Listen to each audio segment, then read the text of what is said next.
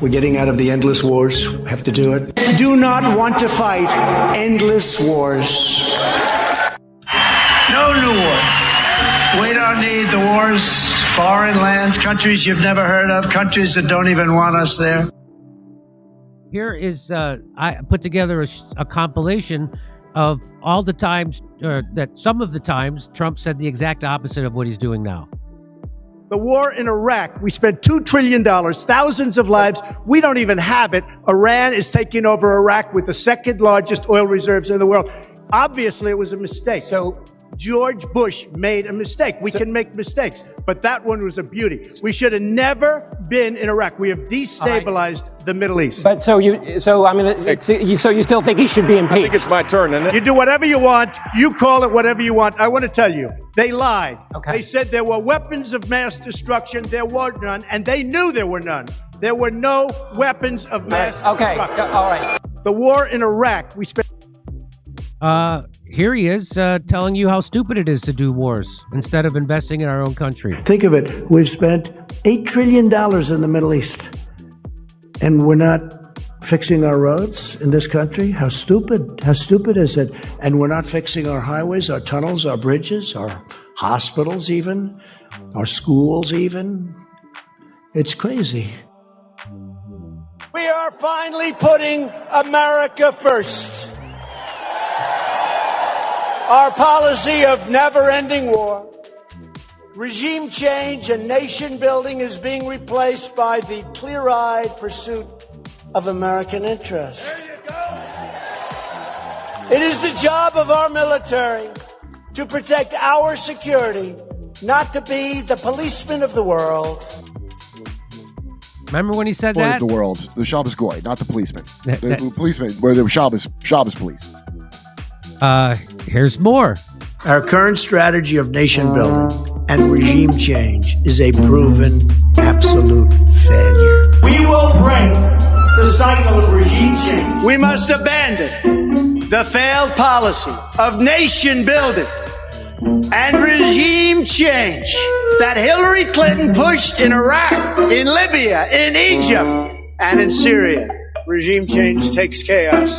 You've seen how that works over the last 20 years. That hasn't been too good. Not a reckless interventionist globalism. We're getting out of the nation-building business.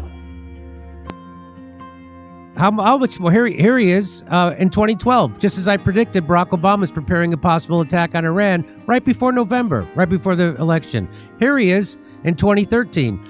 Be prepared. There is a small chance that our horrendous leadership could unknowingly lead us into World War III. How did he know the future, Jimmy? How did he know that it would be Is that him? in that book, Baron Trump's Adventures in the 1800s? Is that one of the lines? Must be. Here he is. In order to get elected, Barack Obama is going to start a war with Iran. That was in 2011. 2012, Barack Obama will attack Iran in order to get reelected. In 2013, I predict that President Obama will at some point attack Iran in order to save face. In another 2013, remember that I predicted a long time ago that President Obama will attack Iran because of his inability to negotiate properly, not skilled. Oh, man, it's so funny. He was like so close, except for like one small detail of it. If you know, he just got the name wrong, but other than that, he pretty much covered it. Especially with his tariff negotiations, which is about Obama level, idiot. Sheldon Adelson is looking to give Marco Rubio big dollars because he feels he can mold him into his perfect little puppet. I agree. Yeah. Well, again, everything he said about Barack Obama, everything he said about Marco Rubio, he must have been saying it into a mirror because it's about him. He was endorsing a fellow puppet of Sheldon Adelson. He was endorsing another puppet. He wasn't insulting him. So that's Trump. Now here's his cabinet. Here's J.D. Vance. This is the biggest, as I saw Glenn Greenwald put it, this is the biggest fraudulent presidential campaign in history because of how they said the exact 100% opposite thing that they ended up doing. 100% opposite. So here's It's amazing, the score. How is it a violation of norms also is my question. He violated norms? What norm? What norms? It's like we're doing all the old standards, aren't we? Yeah, no, it's all the old standards. Here's J.D. Vance. Yeah. But America's interest is sometimes going to be distinct. Like sometimes we're going to have overlapping interests and sometimes we're going to have distinct interests.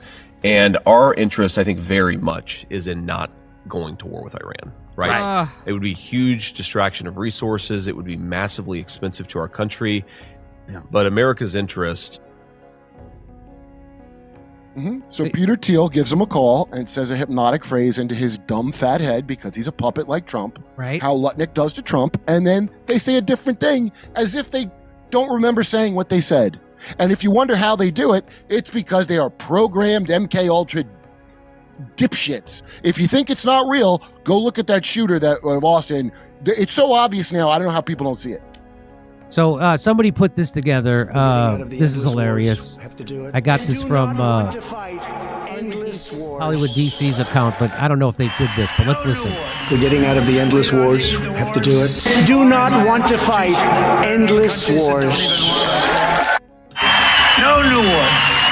We don't need the wars. Foreign lands, countries you've never heard of, countries that don't even want us there.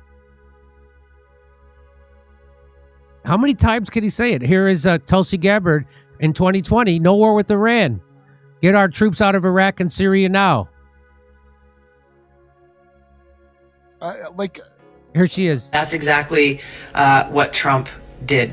He conducted and committed an act of war without congressional authority, seriously escalating the situation with Iran. And so now we're at a point of it's not a matter of, well, are we going to have a war with Iran? We are in a war with Iran right now. So the real issue is, are we going to allow this war to continue to escalate? And if so, for how long? And to achieve what objective? That's what she was saying then. Now she's not resigning. Here's what else she said. Here are the steps that Donald Trump has taken to create a war with Iran. First, he tore up the Iran nuclear agreement. I am announcing today that the United States will withdraw from the Iran nuclear deal. He has escalated crippling sanctions against Iran. The sanctions kicking in at midnight Sunday target Iran's oil exports, banking, and shipping. Even though UN inspectors say Iran is still complying United with States the will nuclear pursue deal. additional sanctions than ever before. Third, he designated Iran's military as a terrorist organization. Secretary of State Mike Pompeo has announced that the U.S. is designating the Iranian Revolutionary Guard as a terrorist. Let's maximum pressure campaign.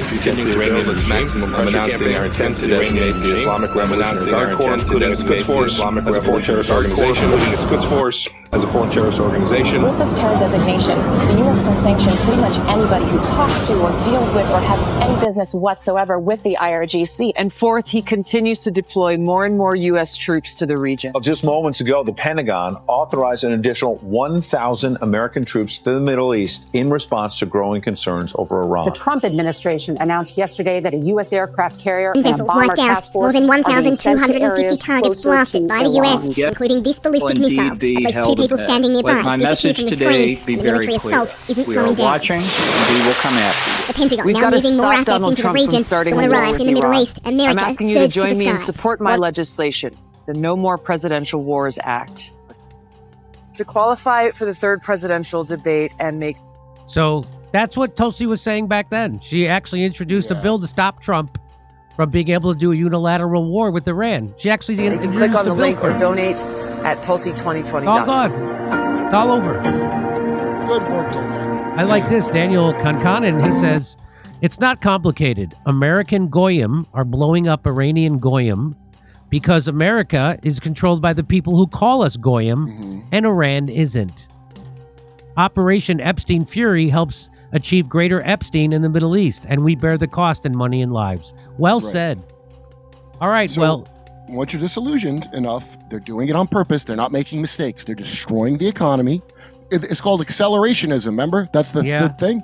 Try to ruin it. We're going to get into the thing where they've never. It's in that those Ayn Rand books. They've never liked democracy. Okay, John Galt and those stupid books. That was Edmund de Rothschild, her boyfriend, who she's writing about. And they said the rich billionaire oligarchs that you don't appreciate are going to move to an island and call it Atlantis and destroy the infrastructure in America. Does that sound familiar? Yep. Yeah, I didn't read the book because she sucks as a writer, obviously. But when I found out the plot of it, I was quite surprised. And also very surprised about the Edmund de Rothschild part. Okay,